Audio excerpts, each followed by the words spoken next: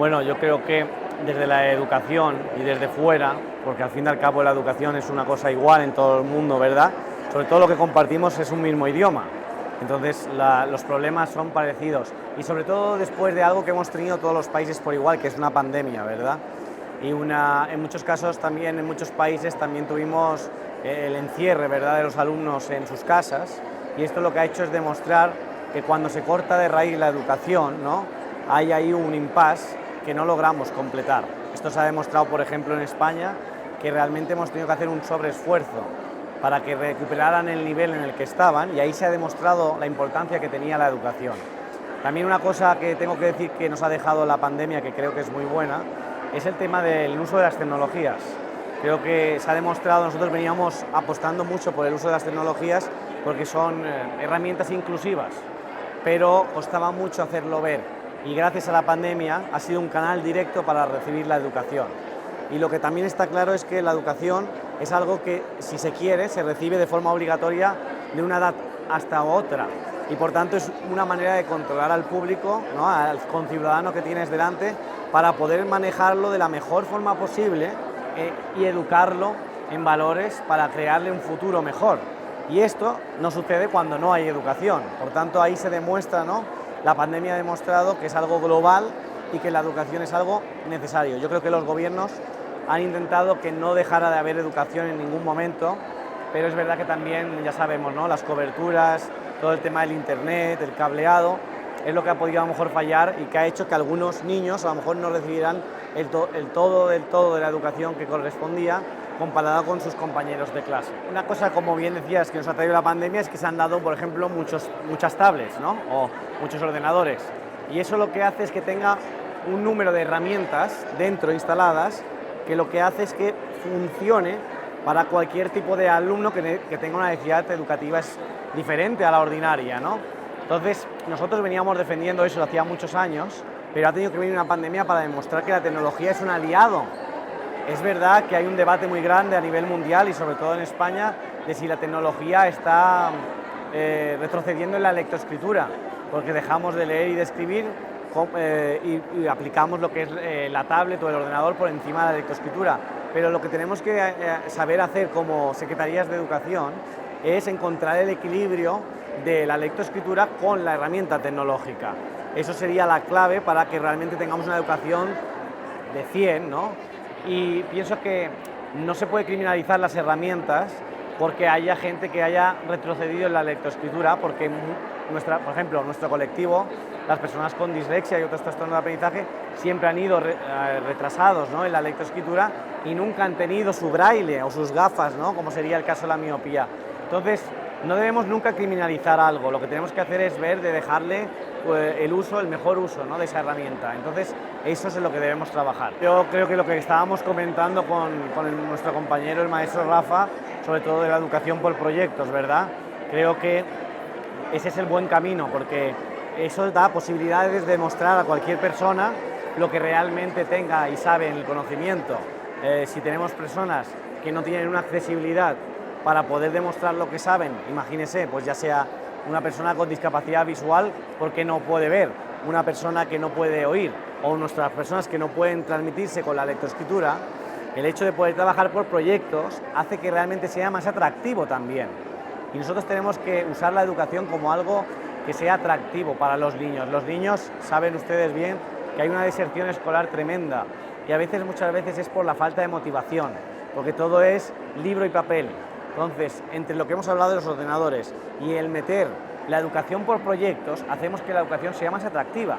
Cuando nosotros lo vemos desde fuera, que ya hemos acabado nuestros estudios, ¿cuánto desearíamos volver, verdad? Porque estábamos en un sitio cómodo, a gusto, con compañeros, y lo que queremos es una educación de calidad. ¿Cómo se puede dar? Pues por ejemplo con la educación por proyectos, que creo que hará que los niños vayan más motivados al colegio y realmente puedan demostrar todo lo que saben, y al final las notas, que al final parece que es algo de lo más importante, de lo que siempre se habla, que para nosotros no es lo más importante, pero sabemos que para la sociedad sí, es una manera de demostrar lo que saben de múltiples formas. 4 de cada 6 fracasos y abandonos escolares tienen relación directa con la dislexia y los trastornos de aprendizaje. Fíjese que estamos hablando de 4 de cada 6. Lo que apena es que no los gobiernos, es verdad que poco a poco va cambiando esto, pero los gobiernos no se toman de forma en serio el hecho del origen del fracaso escolar. Estamos todo el día en debates hablando del fracaso y la deserción escolar, pero no hablamos de dónde viene. Y nosotros tenemos una gran núcleo de población, estamos hablando de más del 40 y el 50%, ¿verdad?, que tienen dificultades de aprendizaje.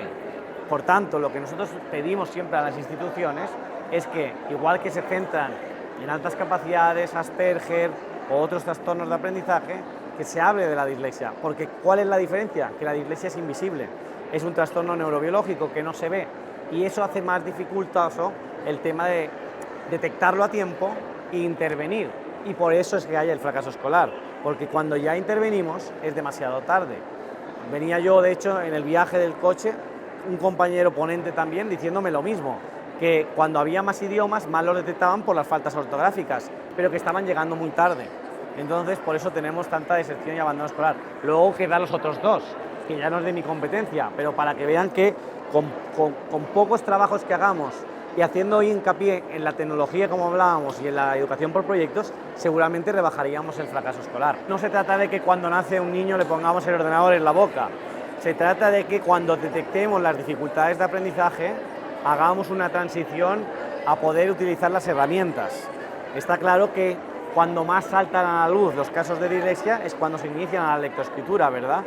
Pero hemos dicho, al menos es lo que defendemos nosotros, que tiene que ser equilibrado. O sea, tiene que haber y tiene que existir una lectoescritura, porque si no el niño no aprenderá, ¿no?, las cosas más básicas que tenemos. Pero si vemos que, por ejemplo, una persona con dislexia comete muchas faltas, ¿qué problema hay en darle un editor de texto, ¿no?, para que lo vea más limpio y luego sea más fácil, por ejemplo, corregirlo con el profesor? Muchas veces las personas con dislexia no entienden ni su propia letra. Entonces eso es un problema a la hora de repasar los apuntes y a la hora de revisar el examen. Yo siempre digo que esto es un triángulo de tres: familia, escuela y niño. Porque al fin y al cabo es muy importante que el niño sepa que tiene un apoyo tanto en casa como en la escuela, que la escuela sepa que el niño tiene un trastorno de aprendizaje y que debe ser atendido, y que la familia sepa qué es lo que tiene su hijo para saber lo que le tiene que exigir a la escuela. En cuanto al tema de la normativa, a nivel internacional la dislexia está mucho más que amparada. Luego es verdad que cada estado siempre apoya un poquito lo que es la inclusión educativa, ¿verdad? Pero yo creo que es un tema de triángulo. O sea, si algún punto del triángulo falla, fallamos también con el niño y por tanto le abocamos a fracaso y deserción escolar.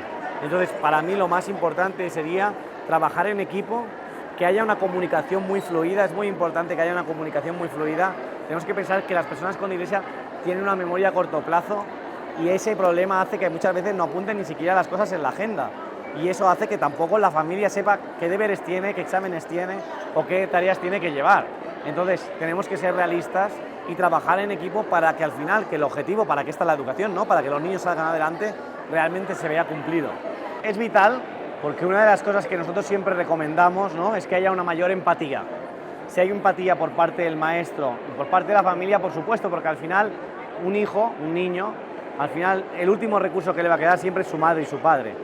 Pero en el colegio tenemos que mostrar esa parte humana que comentas, esa empatía, porque un chico con dislexia que tiene el apoyo del maestro y que realmente encuentra empatía en él, le puedo asegurar que se siente más confiado, y la sintomatología de la dislexia no se agudiza tanto. Porque normalmente la sintomatología de la dislexia se agudiza cuando están bloqueados o nerviosos, por una falta de comprensión, por ejemplo, por parte del profesor. Por eso yo creo que la pregunta es perfecta, porque creo que debe haber una empatía, ¿no?, máxima y de calidad humana, tanto de la familia como, por supuesto, de la escuela. Lo que está claro es que, como bien decíamos al principio, la pandemia ha demostrado que la escuela es un punto vital, porque de hecho se dejó de ir a la escuela en muchos casos. Y aparte, no solo la educación, son las relaciones sociales, ¿verdad?, los compañeros, el apoyo que tenemos. Yo soy un fiel orgulloso de decir que a día de hoy aún me encuentro con los de la guardería, ¿verdad?, y con los del colegio. Eso es que realmente tuve un buen clima de escuela, y eso es lo que hace que sea vital, no solo la educación, sino lo que compartimos en la infancia.